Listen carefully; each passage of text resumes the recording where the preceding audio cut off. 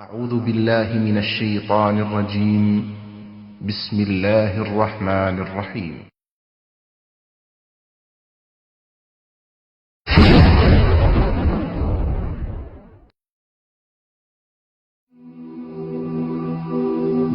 মৃত্যু এমন এক বাস্তবতা যার থেকে কেউ পলায়ন করতে পারবে না। প্রত্যেকটি প্রাণীকেই মৃত্যুর স্বাদ আস্বাদন করতে হবে। আল্লাহ তাআলা পবিত্র কালামে মাজিদে ইরশাদ করেন, কুল্লু নাফসিন যায়িকাতুল মাউত, প্রতিটি প্রাণী ওই মৃত্যুর স্বাদ আস্বাদন করবে।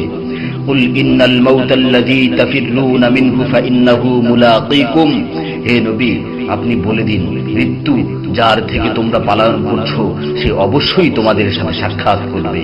আইনামা তাকুনু ইউদরিকুমুল মাউতু ওয়ালাউ কুনতুম ফি বুরুজিম মুশাইয়াদা, তোমরা যেখানেই থাকো না কেন মৃত্যু তোমাদেরকে পাকড়াও করবেই, যদিও তোমরা সুদৃঢ় দুর্গে অবস্থান করো।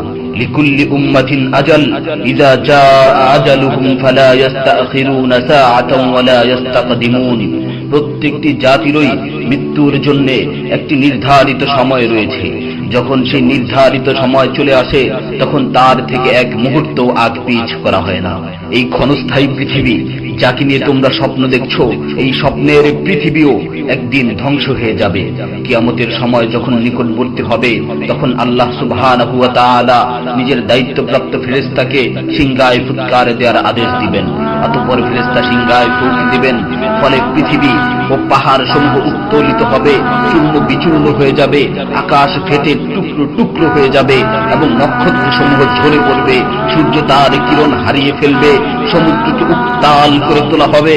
সেদিন কিয়ামতের ভূমিকম্প ও কিয়ামতের ভয়াবহ অবস্থা দেখে সকলেই মৃত্যুবরণ করবে। আল্লাহ তাআলা বলছেন, ইয়া আইয়ুহান নাসু তাকু রাব্বাকুম ইন্না জালজালাতাস সাআতি শাইউন আযীম ইয়াওমা তারাউনাহা তাযহালু কুল্লু মুরদি'াতিন আম্মা রাদা'at ওয়া তাদা'ু কুল্লু যাতি হামলিন হামলাহা ওয়া তারান নাসা সুকারা ওয়া মা হুম বিসুকারা ওয়ালাকিন্না আযাবাল্লাহি শাদীদ। হে মানুষ, তোমরা তোমাদের প্রতিপালককে ভয় করো, নিশ্চয়ই কিয়ামতের প্রকম্পন এক ভয়ঙ্কর ব্যাপার। সেদিন তোমরা দেখবে প্রত্যেক স্তন্যদানকারিণী আপন দুগ্ধপোষ্য শিশুকে ভুলে যাবে এবং প্রত্যেক গর্ভধারিণী তার গর্ভপাত করে ফেলবে। তুমি দেখবে মানুষকে পাগলের মতো, আসলে ওরা পাগল নয়, তবে আল্লাহর আযাবই হবে কঠিন। فإذا نفخ في الصور نفخة واحدة وحملت الأرض والجبال فدكتا دكة واحدة, অতঃপর যখন সিংহায় ফুঁক দেওয়া হবে একটি মাত্র ফুঁক, আর জমিন ও পর্বতমালাকে উত্তোলিত করা হবে এবং মাত্র একটি আঘাতে এগুলো চূর্ণ বিচূর্ণ হয়ে যাবে।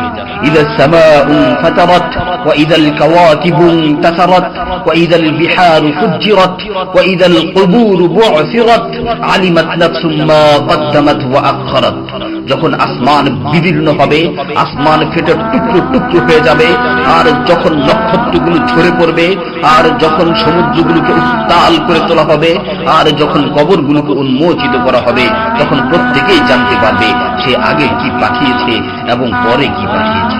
সেদিন কিয়ামতের ভয়াবহতায় আল্লাহ সুবহানাহু ওয়া তাআলা ব্যতীত প্রতিটি প্রাণী প্রাণ হারাবে। পবিত্র কালামে মাজিদে ইরশাদ হয়েছে, কুল্লু শাইইন হালিকুন ইল্লা ওয়াজহা, সেদিন আল্লাহর মহান সত্তা ব্যতীত প্রত্যেকটি জিনিসই ধ্বংস হয়ে যাবে। কুল্লু মান আলাইহা ফান ওয়া ইয়াবকা ওয়াজহু রাব্বিকা যুল জালালি ওয়াল ইকরাম, সেদিন জমিনের উপর যা কিছু রয়েছে সবই ধ্বংস হয়ে যাবে, আর শুধুমাত্র মহামহিম ও মহানুভব আল্লাহ সুবহানাহু ওয়া তাআলাই বাকি থাকবেন। তাফসীরে ইবনে কাসীরে বর্ণিত হয়েছে, যখন ইসরাফিল আলাইহিস সালাতু ওয়াস সালাম সিংহায় ফুৎকার দিবেন তখন সকলেই মরে যাবে।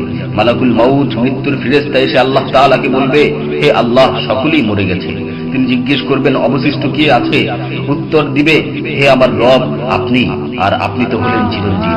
এছাড়াও বাকি রয়েছে জিবরাইল, মিকাইল ও আরশ বহনকারী ফেরেশতাগণ। আল্লাহ তাআলা বলবেন, জিবরাইল ও মিকাইলেরও মৃত্যু হওয়া উচিত। মৃত্যুর ফেরেশতা মালাকুল মাউত বলবে, হে প্রভু, জিবরাইল ও মিকাইলও মরে গেছে। আল্লাহ তাআলা জিজ্ঞাসা করবেন, এখন আর কে বাকি আছে? সে বলবে, এখন আমি বাকি আছি ও আরশ বহনকারী ফেরেশতাগণ বাকি আছে। তখন আল্লাহ তাআলা বলবেন, আরশ বহনকারীদেরকেও মরতে হবে, তারাও মরে যাবে। আল্লাহ তাআলা আবার জিজ্ঞাসা করবেন, এখন কে বাকি আছে? মালাকুল মাউত আজরাইল আলাইহিস সালাতু ওয়াস সালাম বলবেন, হে আমার রব, এখন আপনি বাকি আছেন এবং আমি বাকি আছি। তখন আল্লাহ তাআলা আজরাইল আলাইহিস সালাতু ওয়াস সালামকে বলবেন, তুমি তো আমার মাখলুক, সুতরাং তুমিও মরে যাও। তিনি তৎক্ষণাৎ মরে যাবেন এবং শুধুমাত্র আল্লাহ তাআলাই বাকি থাকবেন।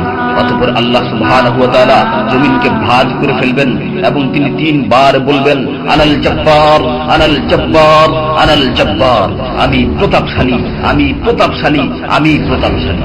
অতঃপর তিনি 3 বার জিজ্ঞাসা করবেন, লিমানিল মুলকুল ইয়াউম, লিমানিল মুলকুল ইয়াউম, লিমানিল মুলকুল ইয়াউম, আজকের রাজত্ব কার, আজকের সার্বভৌমত্ব কার, আজকের আধিপত্য কার? জবাব দেওয়ার মতো কেউই থাকবে না। তিনি আবার উত্তর দিবেন, লিল্লাহিল ওয়াহিদুল কাহ্হার, আজকের রাজত্ব, আজকের সার্বভৌমত্ব, আজকের আধিপত্য পরাক্রমশালী একমাত্র আল্লাহ। ইবনে ওমর রাদিয়াল্লাহু তাআলা আনহু হতে বর্ণিত অপর এক হাদিসে ইরশাদ হয়েছে, কিয়ামতের দিন আল্লাহ সুবহানাহু ওয়া তাআলা আসমান জমিনকে ভাঁজ করে নিজ হাতে গুটিয়ে নেবেন। অতঃপর বলবেন, আনাল মালিক, আনাল জব্বার, আনাল মুতাকাব্বির, আমি বাদশা, আমি প্রতাপশালী, আমি অহংকারী। আইনা মুলুকুল আরদ, আইনাল জব্বারুন, আইনাল মুতাকাব্বিরুন, দুনিয়ার রাজা বাদশারা কোথায়, দুনিয়ার প্রতাপশালীরা কোথায়, দুনিয়ার অহংকারকারীরা কোথায়? তখন আল্লাহ তাআলা সুউচ্চ কণ্ঠে 3 বার জিজ্ঞাসা করবেন, লিমানিল মুলকুল ইয়াউম, লিমানিল মুলকুল ইয়াউম, লিমানিল মুলকুল ইয়াউম, আজকের রাজত্ব কার, আজকের সার্বভৌমত্ব কার, আজকের আধিপত্য কার? অতঃপর তিনি 3 বার উত্তর দিবেন, লিল্লাহিল ওয়াহিদুল কাহ্হার, আজকের সার্বভৌমত্ব, আজকের রাজত্ব, আজকের আধিপত্য প্রতাপশালী একমাত্র আল্লাহ সুবহানাহু ওয়া তাআলা।